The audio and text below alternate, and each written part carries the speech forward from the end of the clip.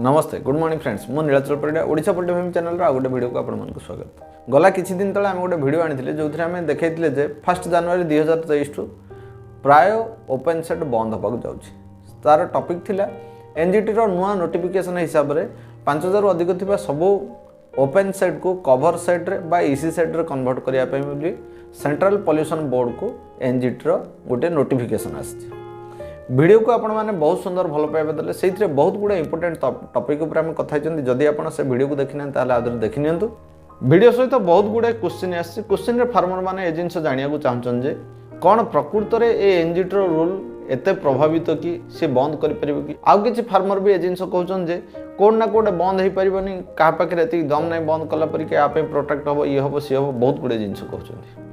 एबे आम जानबा एनजीटी कौन नोटिफिकेशन कौन आ नोटिफिकेशन आधार रे कौन परिवर्तन हो पारे सब जिन आम जानबा बहुत जरूरी कारण आम ऑलरेडी एक्जिस्टिंग ए इंडस्ट्री अच्छा। जेतेबेले कुकुड़ा उद्योग धीरे धीरे बढ़िबार आरंभ होला 1974 मसीह रे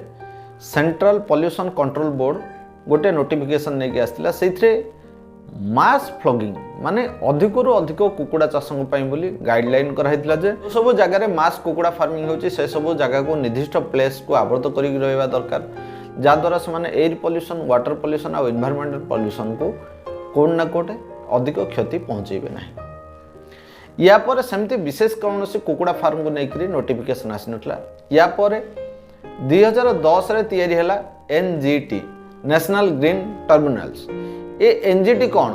ए एनजीटी रो अध्यक्ष किए ए एनजीटी रो पावर कौन आम जानबा। नेशनल ग्रीन टर्मिनल्स रो ओडिया अर्थ जदि कहजिवो जातीय सबुज बलय अधिकरण।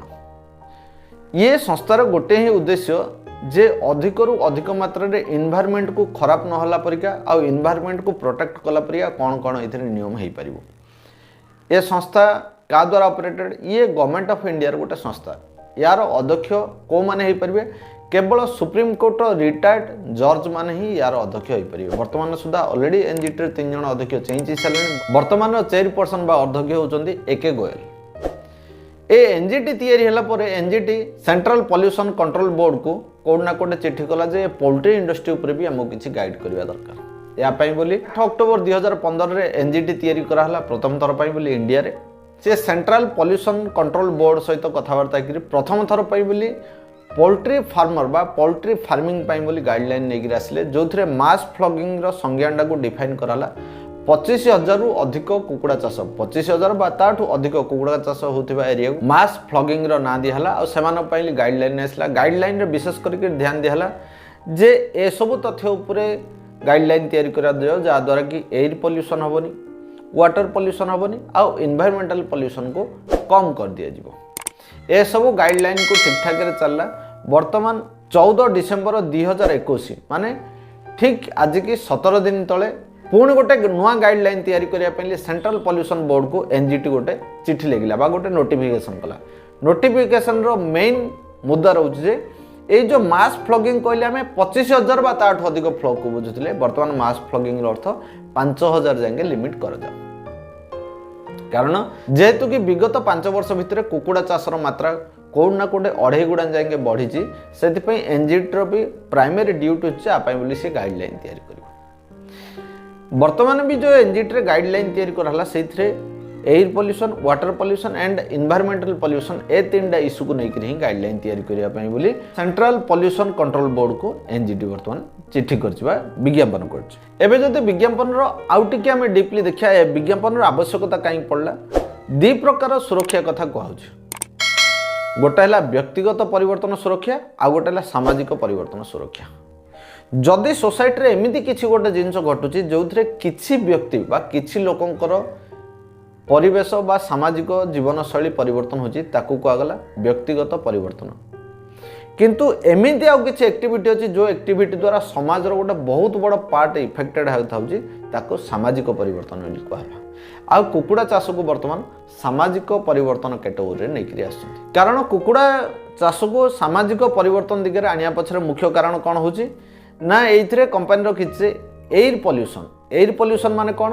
Dust and gas. कुकुड़ा फार्म रो जो डस्ट बाहरुची आ गैस बाहरुची से कोड ना कोड एयर को पॉल्यूशन करिवारे साहाय्य करूची।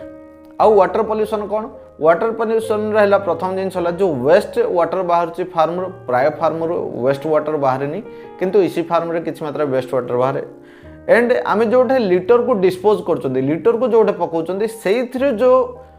वाटर वेस्ट बा रेन वाटर कंटामिनेट है जो मेन सोर्स ऑफ वाटर रे पहुँचिक से सब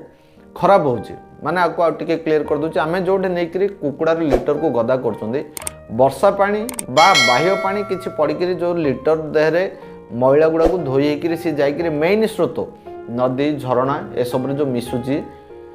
ये जो सामाजिक परिवर्तन करुची जो डिजीज तैयारी करुची ताको वाटर पॉल्यूशन कहला एंड एनवायरमेंटल पॉल्यूशन कौन dust noise smell and disease आमर जो गुंड बाहरुची जो कुकुड़ार आवाज होची जो शब्द रोची स्मेल होची आ जो डिजीज कुकुड़ा देहर जो डिजीज होची से डिजीज समाज रे व्यापार चांसेस थाउची सेति पई ताको एनवायरमेंटल पॉल्यूशन रे निहाला तो एबे हमें जानि नबा जे पॉल्यूशन इंडेक्स रे ए एयर पॉल्यूशन वाटर पॉल्यूशन और एनवायरमेंट पॉल्यूशन रो कौन मार्किंग दिया बा कौन रैंकिंग दिया एयर पॉल्यूशन को 100 पॉइंट्स दिया वाटर पॉल्यूशन को 100 पॉइंट दिया एंड एनवायरमेंट पॉल्यूशन को भी 100 पॉइंट दिया किंतु इसी फार्म पाई बोली एयर पॉल्यूशन को 30 ରୁ 40 पॉइंट दिया एंड वाटर पॉल्यूशन को 90 पॉइंट एंड एनवायरमेंट पॉल्यूशन को 20 पॉइंट दिया तामाने जदि कहजो दिगड़ जाव तुम एक्युमुलेट करके देखिबा ताले ओपन फार्म रे 300 पॉइंट रु 300 पॉइंट जक ओपन फार्म अचीव कला बेले इसी फार्म कोड ना कोड 150 पॉइंट रिसीव करुची माने 50% पॉल्यूशन को एवॉइड करुची बोली ए सब टेस्टिंग रिपोर्ट बा सर्टिफिकेट को आधार से माने बनै तापर मते कोनोसी आइडिया नाही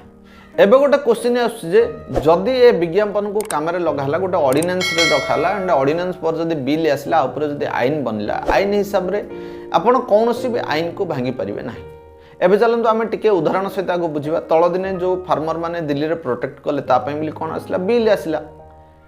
एग्रीकल्चर लॉ हिसाब रे तीनटा बिल आसला से बिल ऊपर आलोचना पर ताको ऑर्डिनेंस पास करिकरी फाइनली गोटे आईन रे कन्वर्ट कराई थांदा आईन रे कन्वर्ट हवा पूर्व नोटिफिकेशन जतले बिल आसला से समय में ताको प्रोटेक्ट कराला ताको जेहेतु कि फार्मर माने तांगा एकत्रीकरण देखैले ता पई सरकार को से बिल रिटर्न नवा पड़िला एबे नोटिफिकेशन पर फर्दर बिल इश्यू होबो ए जो बिल इश्यू होबो बिल तापर कोन होबो आईन रे परिणत होबो एबे मते गोटे जिंस आपण माने बुझांतो आपण माने बहुत बुद्धिजीवी लोक जेते बेले ए जिंसटा आईन रे परिणत हिजबो आ आईन रे केबे परिणत होबो ବୋଲି एनजीटी कहछि 1 जनवरी 2023 जो दिन आईन रे परिणत हिजबो तापर आपण मु कोन करि परिबा किछि करिवार ऑप्शन आपण पाखे अछि सेमिति किछि भी ऑप्शन नाही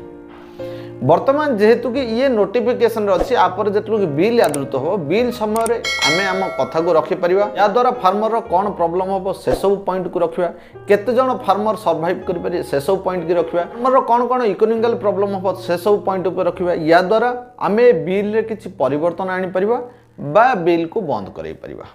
या को नेगिर मो पाखे विशेष किसी आइडिया नहीं आशा करुच्ची जी सब जिनस मो पाखे आपण मानक से सब जिन बुझाई पाइली कारण प्रथम वीडियो बहुत गुड़ाए लोकंर नेगेटिव कमेंट रहा बहुत गुड़ाए लोक कन्फ्यूज रही प्रकृत जिनसा कौन होगा जाऊँगी एंड आउ गोटे क्वेश्चन मुझे ये आंसर देवाक चाहिए जे किसी फार्मर कहले जो मानकर 5000 तलू को फार्म से सब फार्म बंद हम कि